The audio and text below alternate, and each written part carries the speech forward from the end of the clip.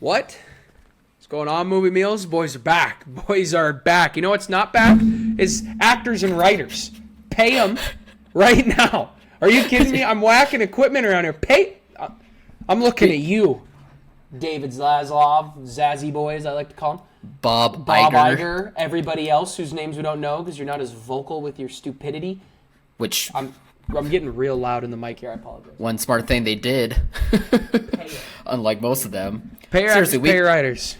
We've been gone for weeks now, and they still haven't gotten this figured out. Come on, guys. What are we doing?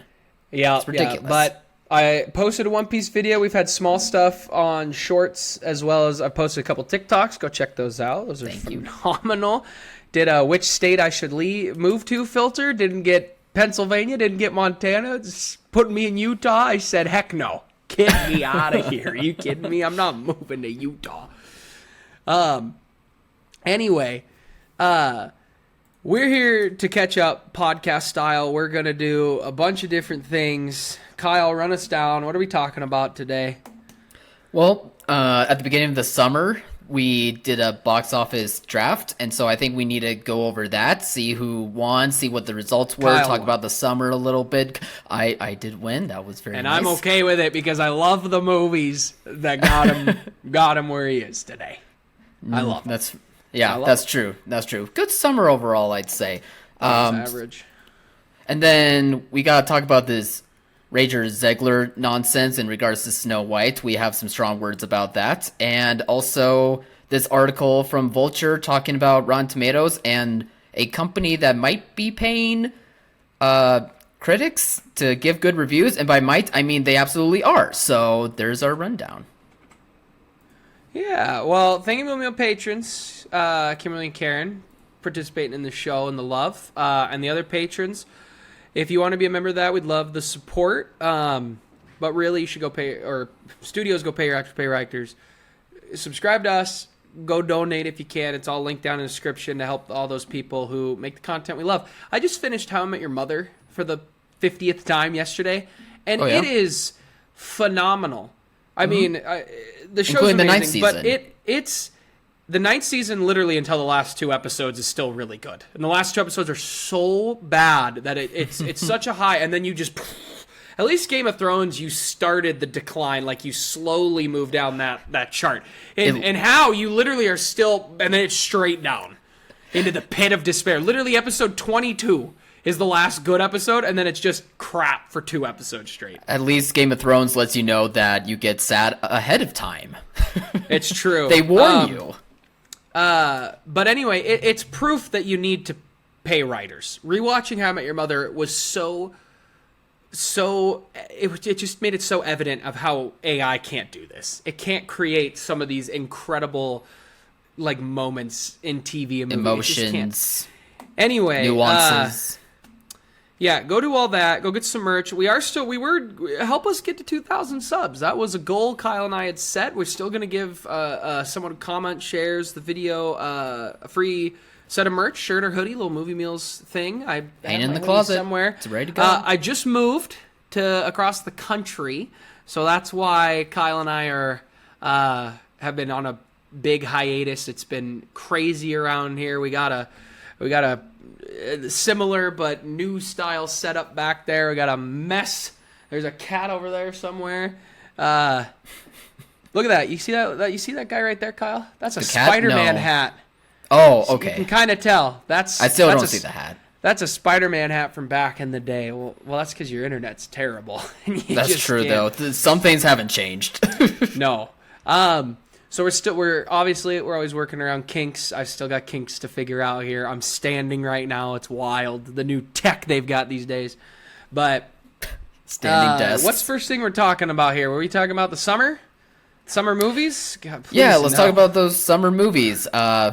So earlier back in May, at the start of the summer, at least in my opinion, we decided to do a box office draft, and we decided to base it off of the domestic box office and not worldwide. Honestly, it's been a few months, and I don't really know why we decided on that. But we did not decide that. We decided worldwide. Was it worldwide? Transformers because we could have worldwide. Gotcha. I had it backwards. Okay. Well, they still should be the worldwide numbers of our totals. What? I wouldn't have My taken bad. Transformers if you It would makes a have lot made me more go sense now. domestic. Are you kidding me? It makes a lot more sense now. Because I was thinking about it, I was like, why would we have done it domestic instead of worldwide? But yeah, but we did have your brother Nick do the math for us because we don't do math, but he does. Don't lump me in with you. I did not. I did not go to him. Check him out. Annie Essays. His channel is doing awesome. He makes great stuff on anime. Go check him out. He's great. Yeah, so I was able to squeak by Alex. It was pretty close, actually. I was able to get 3,629,922,656, while Alex was able to have 3,080,801,087 $1 billion. However you say those big numbers. I'm actually checking the math on my own right now. Sure, that's fair. Anyway, but what movies did you have again? Let's remind everybody the movies we had. yeah, I was just gonna. That's a good idea. I was just about to get to that. So on my end, I was able to draft Guardians of the Galaxy 3, Mission Impossible, Barbie, The Flash, Little Mermaid, and in Alex's draft, he chose Oppenheimer, Fast X, Spider-Man, Transformers, and Indiana Jones. And again, it turned out to be really close. I mean, the big winners of the summer were obviously Oppenheimer and Barbie, so I think just towards the tail end of the summer, it really was just a race between those two to see how they would pan out. Although for both of them, they had their successes in their own right, that's for sure. So first of all, that was a lot of fun to witness. I just double-checked the math. My brother was off by $2 million. So I had $3 billion. Unbelievable. 82 million. Okay, calm down here. Maybe I need to check Kyle's. Maybe there's some favoritism going on around here. No, there would never. Well, now I'm definitely checking. Well, what did me in, and in the best way possible, is Barbie. Isn't Barbie the highest grossing Warner Brothers movie ever? Think so. Yeah, that's it at least surpassed amazing. Dark Knight. Yeah, I thought it surpassed Harry Potter. How about we check? I mean, I got Box Office Mojo up right now. You got it then. Now. Let's see. It just became such a almost pop. Well, not almost. It was a pop culture moment. I mean, including on Oppenheimer's end too. Like, you don't see that type of thing very often. That's for sure. Barbie is the number 13th highest grossing movie in history. In a lifetime gross. This is domestic. Let's see worldwide. And Mattel thinks they're going to do that with Rockin' Sockin' Robots and Candyland. Get ready, folks. Barbie is 15th worldwide. That is incredible. It did pass Harry Potter and the Deathly Hallows Part 2, which is at 18. Wow. Everything above Barbie, let's see, Marvel, well, let me rephrase. Disney, Paramount, Disney, now Disney, now Disney, and now Disney. All right, hey, don't mess with the mouse, okay? We've all learned not to mess with the mouse. Except when it comes to paying your writers, paying your actors. It's ridiculous. We'll mess with them then. So, what do you think? What is your big takeaways of your win? I'm glad I didn't get crushed, because if you go back to that video, I'm bragging like I was gonna crush you. So that part felt a little good, at least. It was all in fun, but at the same time, I was like, the win. Okay. Somebody's got to be entertaining around here. Yeah, it's definitely you that takes care of that. That's for sure. I don't know. I guess for me, I wonder if maybe audience. Well, not maybe. I do think that audiences are really craving originality when it comes to their movies. I mean, sure, there was still some really good successes, like, you know, Guardians 3, Little Mermaid, Spider-Man Across the Spider-Verse. But when it comes to Barbie and Oppenheimer, again, that's just my big takeaway. Like, it's from directors who, in a time where they don't exactly sell the movie themselves, but with Greta Gerwig and Christopher Nolan, I think that was a big part of it, on top of them just being movies that looked interesting, but they were just on opposite ends of the spectrum in terms of like their genre, but the demographics were able to kind of cross at the same time for the most part. So not saying that every single weekend or every single release needs to have like a Barbenheimer effect necessarily, but I think that's just the learning lesson, is that we are really craving for theatrical experiences with, you know, that really good type of cinema. Like, we don't need to see, you know, a Transformers reboot again, or we don't need to see maybe a new Indiana Jones reboot, for instance, because Indiana Jones 5 clearly didn't stick the landing. So, true. You know, and that's not the case all the time. I mean, Guardians 3 still did really well. The remake of The Little Mermaid had its success, even if there was, like, backlash, controversy, quote unquote, whatever that garbage was a few months ago when that was going on. But I think that's just, at the end of the day, what this summer really took away, was that we are really wanting to go out to the movies and have, like, the summer movie experience, but the stories have to look good, the filmmaking has to look interesting, and the talent can be a big part of it if we just remember how to market and advertise their strengths. What is this math my brother's doing? He's off by 3 million on you. It's a lot of zeros. This is why I didn't do the math. Let's see the total difference here. That's what I'm curious about, is how close it really was. Give you 1 second here. Entertainment, man. Kyle. Do a little dance. Sing a little song. Entertain them. Get down tonight. No, I got the number. Never mind. Oh, okay. You beat me by $549 million. Almost $550 million. That's really close. You beat me. Yeah, that is pretty close. Your biggest stinker was The Flash. The Flash bombed. Yeah, I was expecting... Well, I just was not expecting The Flash to bomb at all, but yeah, boy, that no one wanted to see that movie, that's for sure. I mean, Little Mermaid did much better than it. Did quite a bit better than it, but The Flash just struggled, and it makes sense. The movie's not that great. But 500 mil, that's pretty close. That's one one Mission Impossible. That's one. What's the problem is that the worldwide market apparently has given up on Transformers. And I say, poppycock, get back to it. Transformers did not make as much money as it should have for me to win. Transformers is a $1 billion business.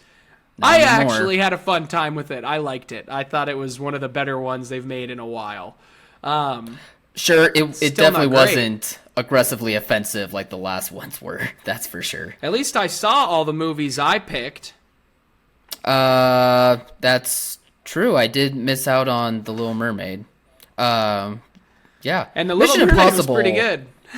Mission Impossible, Mission really Impossible bummed out didn't do about. as well as it should have.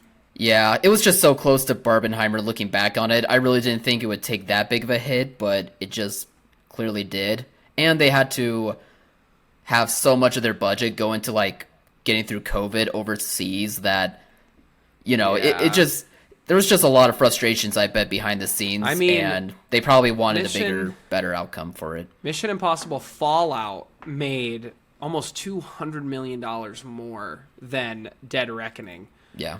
Dead Reckoning had a budget, too, of $291 million.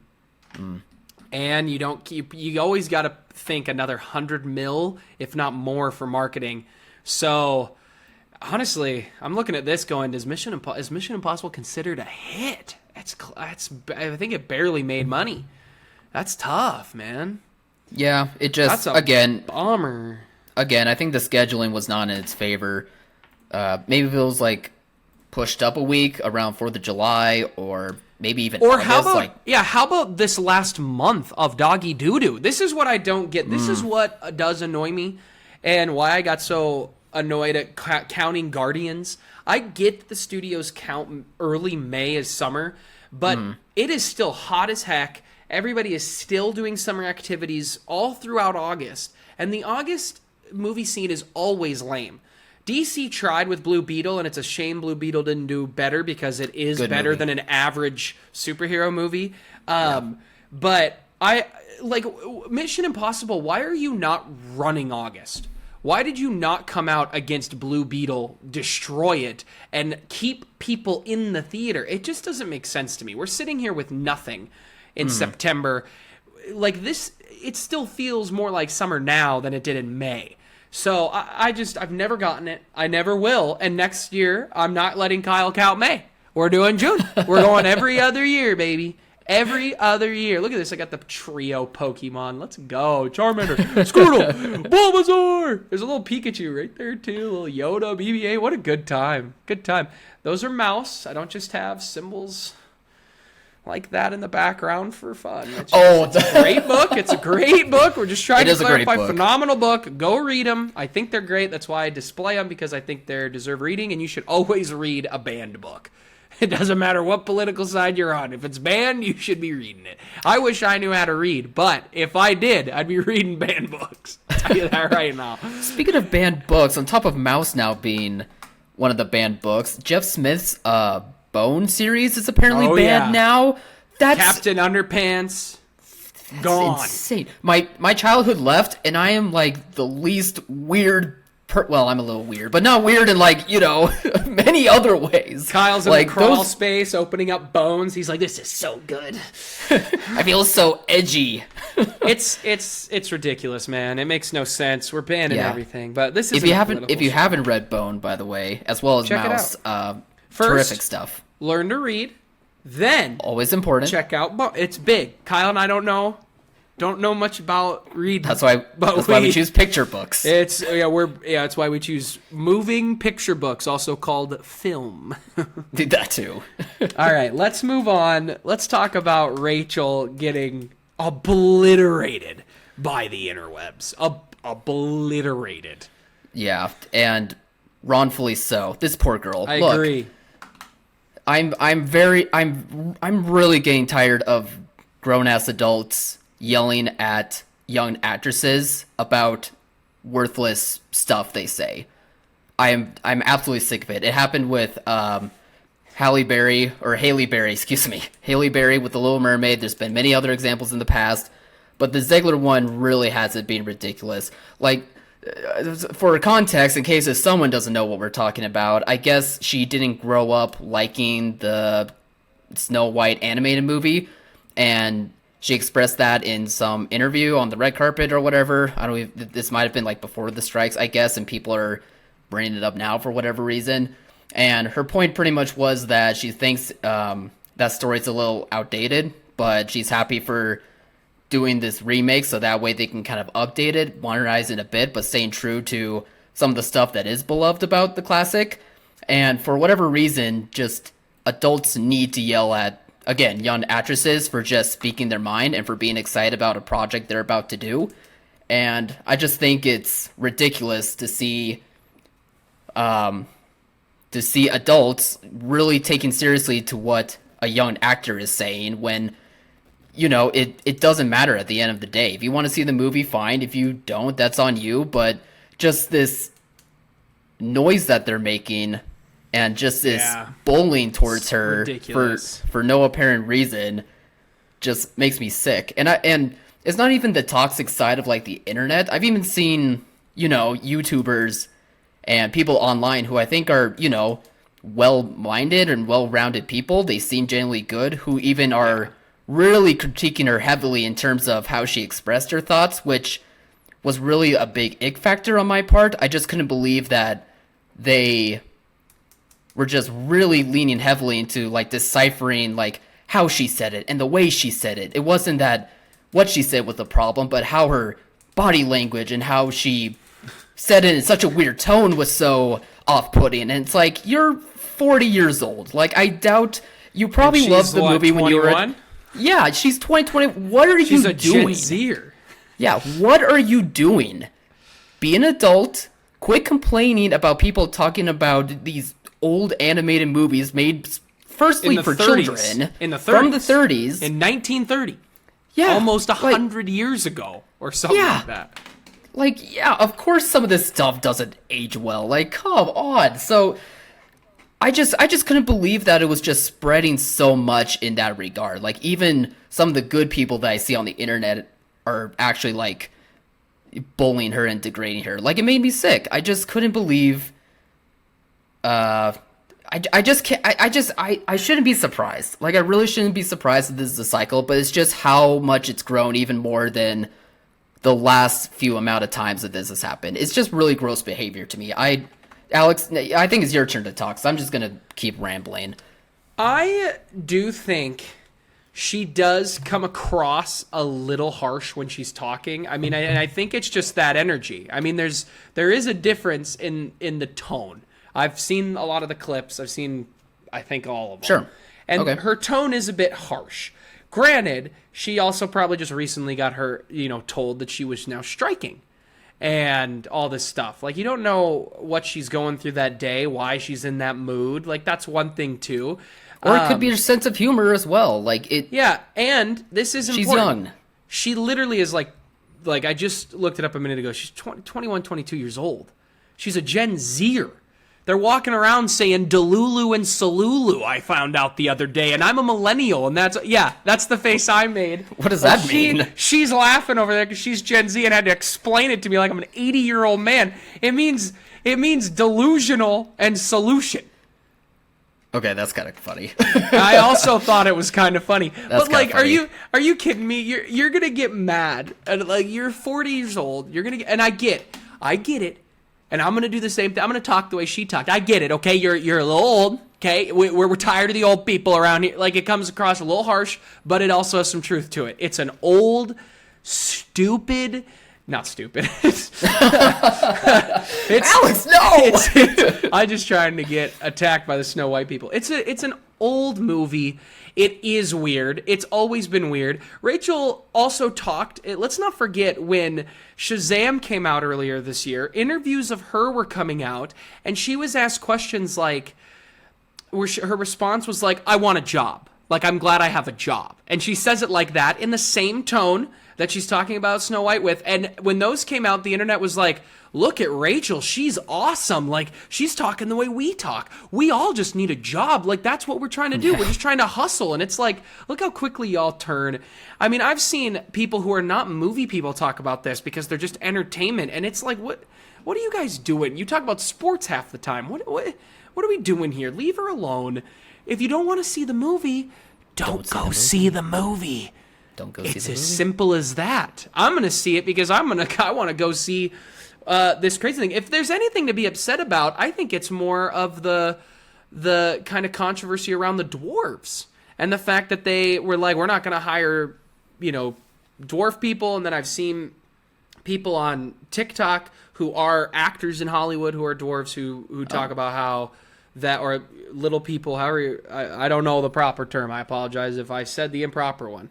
But I've seen videos where they've talked about, like, I would have loved to have gotten an opportunity to audition for that or stuff like this. And I think that's a bigger takeaway from this movie that I'm seeing less people talk about than her just saying that maybe we shouldn't do it the way where the guy walks into her cave and kisses her when she's asleep. It is creepy.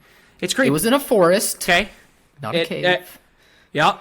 Mm-hmm. I'm all down to update it. No one is really coming after Gal Gadot, and she has said similar things. Her tone was just a little different, and it's the internet hates Gal on the young girl. The internet hates Gal already. Apparently, I think I missed something on that one. Wonder Woman 2 wasn't as good as Wonder Woman 1, so you're done. That's how it works in Hollywood, baby. Get out of town if you're a writer or an actor. Pay them. What are you doing? Yeah, I just hate the fakeness that these adults have when they're like, how dare she rips apart a beloved classic that I love so much. I'm like, I doubt you have seen that movie since you were a child. Funny enough, go for it. Walking in Philly today, that's where I live now. Really? Go birds, go birds. Anyway, I'm standing, Kyle. I have all this. I got all this movement. I'm sweating. I love it. 180 degrees here. We were walking, and we walked by one of the the theaters they have there, and they were advertising stuff. They had Beauty and the Beast is coming here in November as a stage play, and I was like, oh my gosh, that looks amazing. We're talking about it, and we're like, let's do that. And then we started talking about Disney, and we talked about how Snow White kind of stinks. You don't go back, you don't rewatch it. It's not Beauty and the Beast, not Little Mermaid. It's not any of those other Cinderella. Like I don't think I've watched Snow White since I was like 8 years old. The animation is good for its time, at least, but yeah, I get what you mean, though. Oh, it's no, not the same it was groundbreaking at the time. Yeah, in 1937 when it came out. But yeah, of course. I didn't even see the Huntsman movie with Chris Hemsworth. Like, get out of town. And now I'm seeing clips where people compare Kristen Stewart and how she talked about playing Snow White to how Rachel's talking about it. And it's like, you guys also, don't forget, you obliterated Kristen Stewart for years. We all did. And now we're back? What are we doing, Hollywood? Just leave these people alone. Their true colors will come out at some point. And right now, Rachel is just being herself. And she was bullied so much she had to apologize by idiots. And if you disagree, you're an idiot. Simple as that. Just facts. No, Kyle disagrees. He's made up numbers at the box office. I know he bribed and paid Box Office Mojo so he would win this battle. Speaking of bribing companies in the movie world, I'm just kidding. It was a great transition, but if you want to keep talking about Rachel, finish any thoughts you have. No, be an adult and stop bullying children. That's...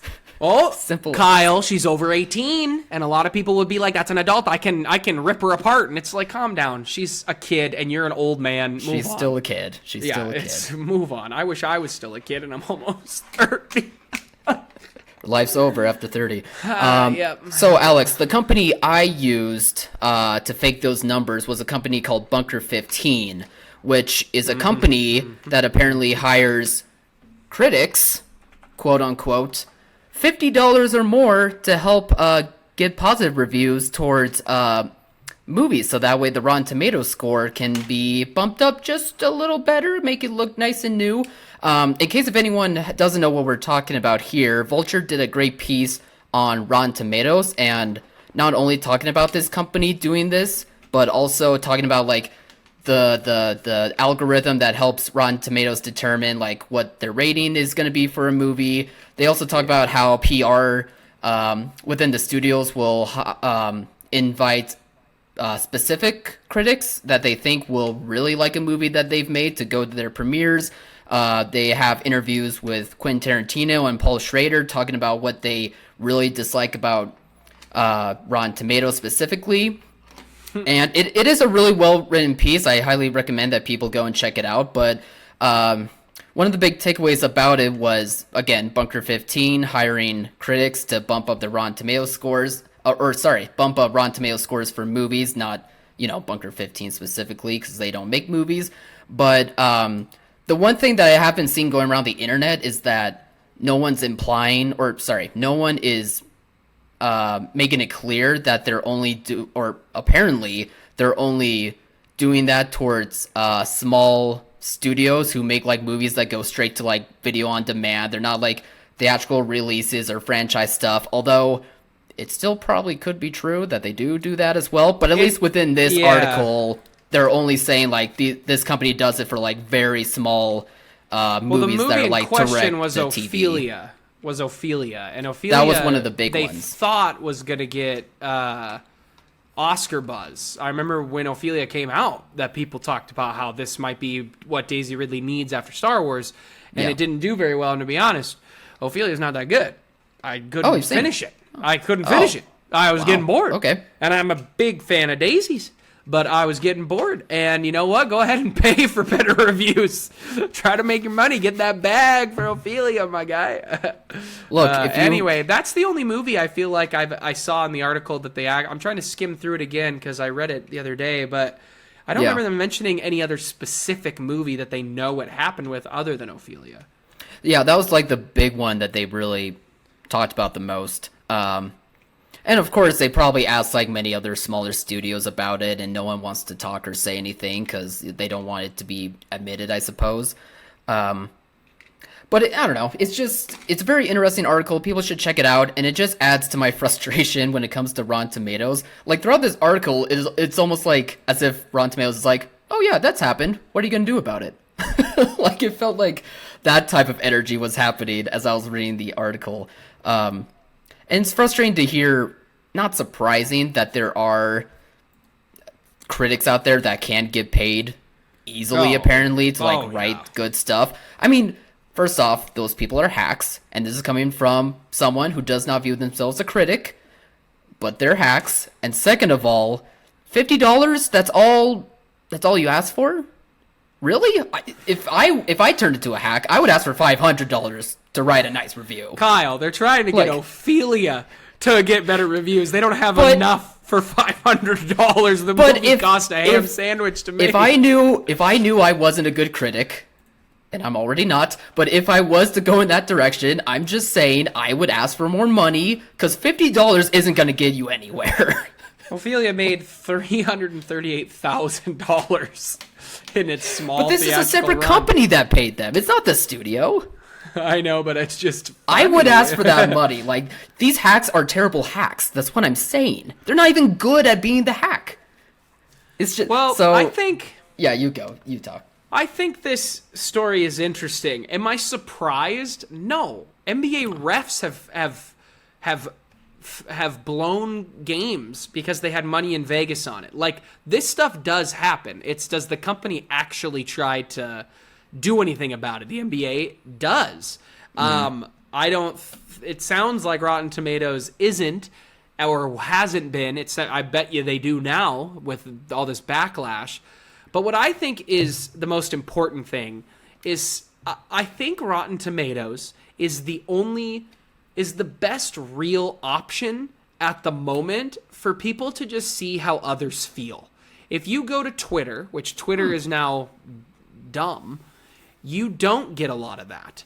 Mm-hmm. But now that Rotten Tomatoes has cracked down on the audience and you can't do the bot thing as well anymore, where you just ruin a movie. I mean, people quote IMDb all the time, and IMDb doesn't do any of that. You can still movie bomb or movie up on IMDb. Yeah, don't use IMDb. IMDb is terrible. Yeah, Metacritic or Movie Critic, those ones are okay. I think Letterbox does a really good job, but Letterbox is also pure fans. I think those are all good. It's a social app.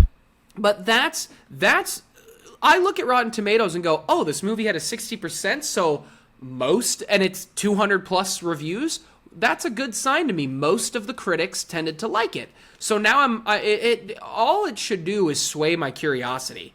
Like when I see Spider-Man Across the Spider-Verse at like whatever, 90-something%, I do get hyped because it's like, wow, the critics are really liking this movie, or at least, and look, Kyle and I have debated it to no end what a critic is. But to me, if somebody is willing to pay you for your opinion because enough people are caring to listen, you're a critic. And Rotten Tomatoes only hires and puts on people who are getting at least paid by a company to do that, or they have a big enough following.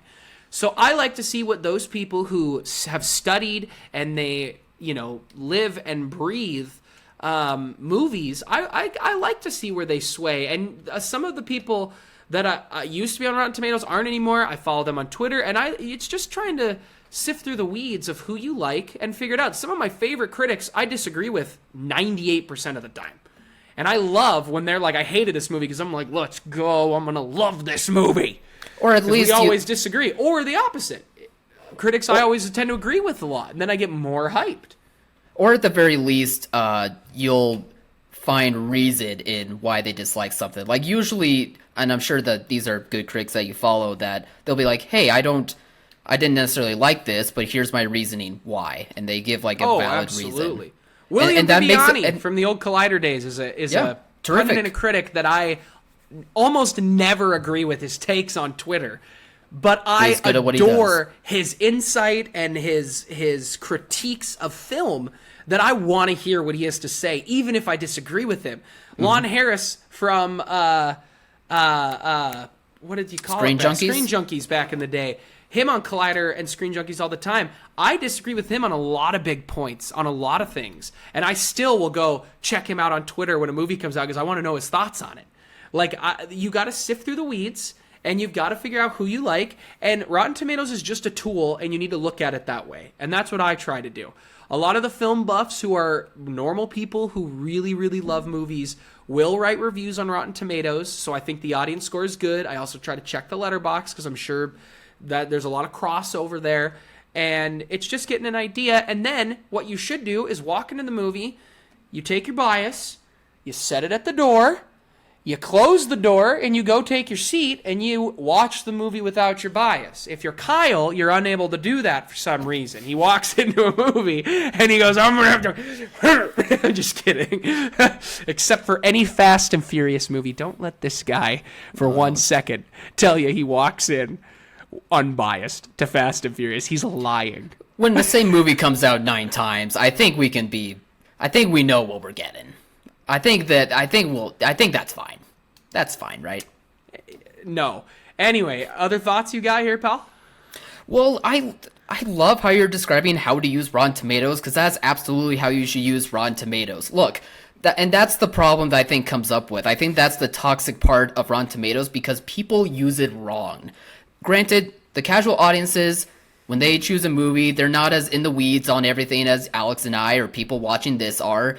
They're going to look at a quick score, and that's going to help them decipher, hey, do I want to see, I don't know, Barbie or Oppenheimer? And then if there's one score is higher than the other... the answer is both. Okay, fine, bad example. The answer was both. Back to... I can stand. This is wild. The energy is through the roof, baby. Bad example there, but you know what I mean. Like, it helps them choose, like, out of a sea of a handful of movies on which you may want to see. So...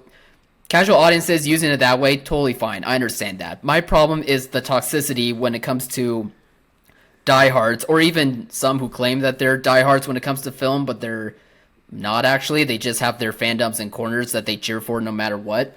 And I look at those opinions too. Those are the TikTokers that I like to see. Those are the and TikTokers, they honestly make me more mad half the time than Rotten Tomatoes because their opinions are the dumbest things I've ever heard in my life. And I'd love for any of them to come on the show. Send your followers to us. That'd be wonderful. Well, anyway, it just creates this toxicity because people think the score is the end-all be-all of everyone enjoying a movie, when that's just simply not the case. Like, yes, if the score is higher rather than lower, it probably means that majority of people could like the movie, but movies aren't just good or bad. Like, there is nuance within every sort of movie. There's things that you may like more compared to disliking within a movie, or vice versa. Like, people I think really take to heart like the black and white contrast of life, and they apply it to like a Rotten Tomato score. So when they see critics, giving lower scores on Mario, even though most of those critics are saying, it's fine, not for me. Yeah, fine because overall, they're but not bad. 50-year-old men who went to a kids movie who grew up playing old school Mario, and it wasn't old school Mario video games, so they get upset. Everybody's got their own agenda, their own bias, and you just need to sift through those weeds. And unless you're me, my opinion's fact, and I'm correct. But people clearly are having a hard time of understanding that you have to block out all that nonsense and noise. And I think Rotten Tomatoes gets caught in the weeds when it comes to that. Like, for some reason, they think that's the deciding factor on, like, fandom-esque movies. And if a critic even slightly disagrees, then they think that's going to ruin the movie experience for everyone. And then they have to, like, go after those critics. Or they have to put up this self-made campaign of, like, don't listen to these higher-up people who are telling you the movie's not good. Listen to the real fans, because the movies are made for the real fans, guys. And it's like, no, it's a movie. It's supposed to be made for everyone. DC fans, right there. That's what Kyle just explained was the DC fan. It's a good example, man, and it in some ways could have started there because of it. But yeah, I personally am not a fan of Rotten Tomatoes. I only like it just to find, like, new critics that I haven't, like, read before. I think it's a really good tool to, like, find people that you may want to follow. Yeah, but when it comes to, like, seeing a score and have that being the determining factor on seeing a movie, not for me, but casual audiences, totally fine with. But if you really love movies, I just really suggest not taking to heart the tomato score and just leaving your bias at the door, seeing the movie for yourself, and then seeing what other critics have to say, both good and bad. And critics, by the way, aren't one more thing. They aren't like the end all be all of enjoying a movie. And for some reason, people get caught up thinking that like they're the deciding factor. No, you are. And if you disagree with some critic you found on Twitter or Rotten Tomatoes or whatever, that's fine. They're not going to bother you about it. You just enjoy the movie. Critics have worked hard to get where they are, and somebody said, we'd like to pay you for your opinion. We think people really like it. You've studied this. You know it. And you need to remember that. Movies used to not be a dick measuring contest, and we are back at that, and I don't like it. I got roasted in our movie club yesterday. Everybody yelled at me because I had a slightly different opinion, even though we all liked the movie, and everyone got mad at me. We didn't yell at you. Every single one of you screamed at me. Are you kidding me? Oh my gosh. But anyway, speaking of that, Kyle and I just watched the movie Bound for the first time. That was our movie club pick with our friends. Great movie. It, by the Wachowskis, awesome. And the Wachowskis, they don't always make the best movies. I don't love all of them. Some I think are pretty bad. But I think that they are very important people for film. I am very proud of those two and who they are and how they've come about, and their transition and everything I think is phenomenal. Mm-hmm. And they made an amazing first movie in Bound. It's one of the best first movies I've ever seen. And if you have not seen it, you should very much go check it out because it is great. And if you have a slight problem with one little thing, don't let everybody attack you because you shouldn't listen to the pundits. Right, Kyle? You shouldn't listen to them. Only to Alex, even if they're your friends and they make you cry after you get off the call. Anyway, movies we missed. Last thing here, and then we'll wrap it up. Kyle saw Asteroid City. Kyle, did you like it? I don't need your full thoughts here. Did you like the movie? Yeah, really liked it. Score Wes out of Anderson, 5? Score of 5, probably a 4, 3.5, 4. Ooh. Yeah. Really good. Okay. Really good. One of He hated it. In my opinion, one of his stronger movies. I really like that. I'm not the biggest Wes Anderson fan to begin with, so I have not seen it. I didn't see it because I actually wanted to see it. I just never got a chance. Still on the list. But Beau is Afraid is also still on my list. Kyle, did you like Beau is Afraid? I feel like I'm the only one that did. I haven't found anyone that like really loves this movie. I've only seen hate.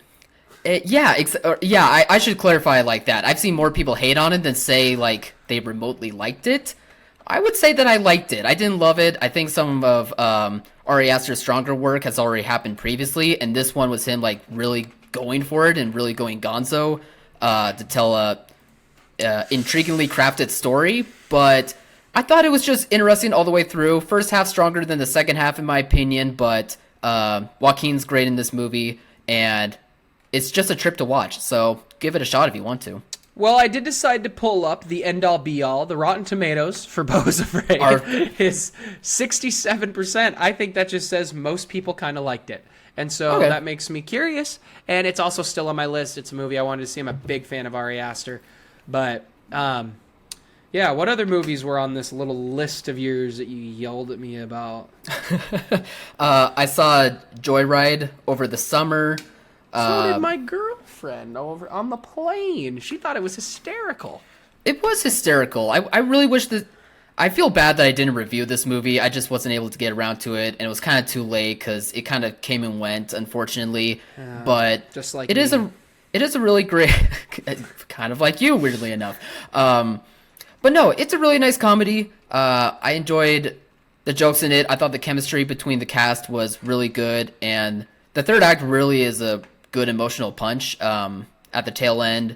I think editing-wise, it's not super strong, which kind of hurts some of the humor, some of the visual stunt work and jokes at times. But overall, a really strong, a really strong directorial debut and a comedy that's a bit underrated. So check it out.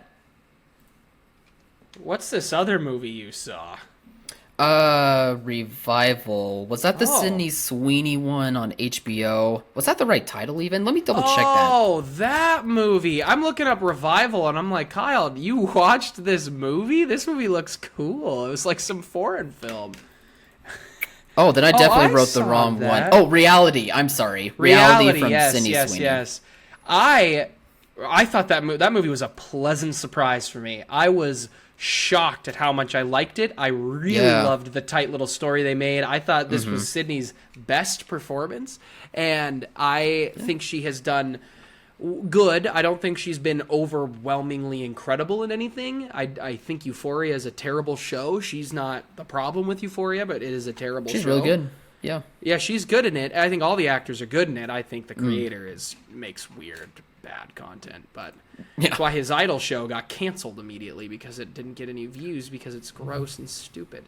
But Reality, I did really like, and there was some scenes that literally had me on the edge of my seat that I thought were so wonderfully done by her. Yeah, thoughts? No, I echo what you said. They did a really good job at not only the one location aspect of the story, but also incorporating recordings of the real life interview of the real life person that she's playing, and they incorporated really well into the story. And obviously, this real life situation was something that went over my head for whatever reasons. That's probably I never not heard a good about it. thing. But so getting to have this be my lead way into like learning about that real life stuff more was I love it. a really good job by the movie. At least the movie did its job in that regard, and Sydney Sweeney, great, did a great job. Yeah, no, I think that's the best thing about movies is when you watch it. Their job, unless you're watching a documentary, their job is not to be accurate. Their job is to entertain you. But when you sit down and you watch a movie like Reality, I was like, I haven't heard this story, and the next thing you know, I'm reading up about it. So, yeah, well, I think the other two on there were Blue Beetle and Ninja Turtles. I saw both of those. I thought Me too. both were great. I think the Ninja Turtles animation was really cool. It's not my favorite most recent Ninja Turtle movie. The one on Netflix that Nickelodeon did, I think, was very, very, very, very good. I liked both of them a lot. I did think that one was a little bit better, but this one I enjoyed quite a bit. I thought Blue Beetle was something more than an average superhero movie. I think when you compare it to like Captain Marvel or even the first Ant-Man and all these different movies, I think this sticks out because of its family dynamic, and I enjoyed both of them. Yeah, I really enjoyed the animation, the blend of 2D and 3D with the Ninja Turtles movie, it was cool. especially with matching up with like the gross sewer Ninja Turtle mutant aspects of it all, combined with like the New York City kind of grossness that could come with the city. I'm sure a lot of people And they were actually teenagers. also. Yeah, and that's also a big takeaway. They were also teenagers, so I like that there was young voice actors getting into the role. The chemistry was just very apparent, and that really made up for and that really did a great job at making me like this interpretation of the characters. So hopefully they'll make another one because I would love to see it again. And again, Blue Beetle, I agree with you, Alex, in regards to it not being an average superhero movie or an average movie in general. I heard a lot of people coming out and saying that it was, but I just think the family aspect and Zolo in the leading role just were so well told and just excellent that the chemistry and the family dynamic of it all just really made the movie a lot better than I think people were saying coming out of it. So that was a strong movie too. I think the biggest thing there is that it's just a step above what an average superhero movie is. It's not going to blow your socks off. It's not Winter Soldier. But when you look at, like, I don't want to pick on Captain Marvel because I like on Captain Marvel, but Captain Marvel's pretty bland. I remember describing it as a Little Caesar's pizza. It's pretty bland. You know what you're getting. It's good time, but it's not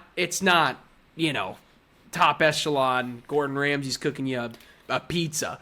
So I think the family dynamic in this was just a step above. I think they've really focused on it enough. It helped. That it really pumped it up. And I wish that it was happening when superhero movies weren't struggling, because I think the movie would have done a lot better. But superhero movie, I don't think fatigue is there, but I think average quality is killing the medium right now. And so when you make a movie that is just barely above average, it's going to hide. Plus, you're in the middle of Oppenheimer and Barbie. You came out 2 weeks later, and who would have known Barbie was going to have the leg she did? you know, and Oppenheimer too. Oppenheimer I thought was going to make quite a bit of money, but man, it is still dominating. I mean, I went and saw it again just like a week and a half ago, and every showing all day was sold out. I saw it in the 70 millimeter, the actual 70 millimeter. Only 19 theaters in the country show it that way. I had friends that told me they saw it in that aspect, and then I looked up the list of theaters, and they did not, because they don't have one in their state. And I was like, these guys don't understand the difference, and they don't watch the show, so they're never going to come at me, and I love it. That's really funny. I had no idea. Yeah, they told me that, and I was like, I didn't think there was one there. And I looked it up, and I was like, there isn't. I win again. Does the state rhyme with Smexis? Anyway. No, the state rhymes with Boshington. Oh, okay. Yeah.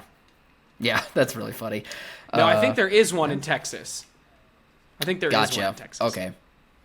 All right, good to know. The difference really with the screen is that it's just taller, because the film is taller. It is wider. But the aspect with ratio the screen, is different, right? The big thing...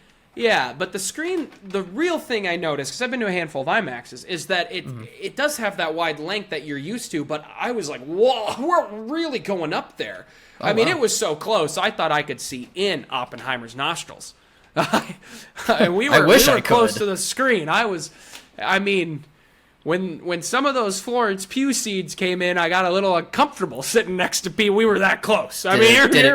Jesus. I wish. Florence Pugh's amazing. Incredible actress. This is fun jokes, but she is a phenomenal actress. No, she's give her terrific. The respect she deserves, and she can do superhero terrific. movies if she wants. Leave her alone. Anyway, any more things, Kyle, or can we go home? Felt good to be back, man. We're back, baby. We're back. All right, guys. What did you think of everything we talked about? Comment below. Let us know. Remember to go pay your writers and actors. Thank you to Movie Meal patrons. Again, pay your writers, pay your actors. And as always, thanks for watching, Mom. See you guys.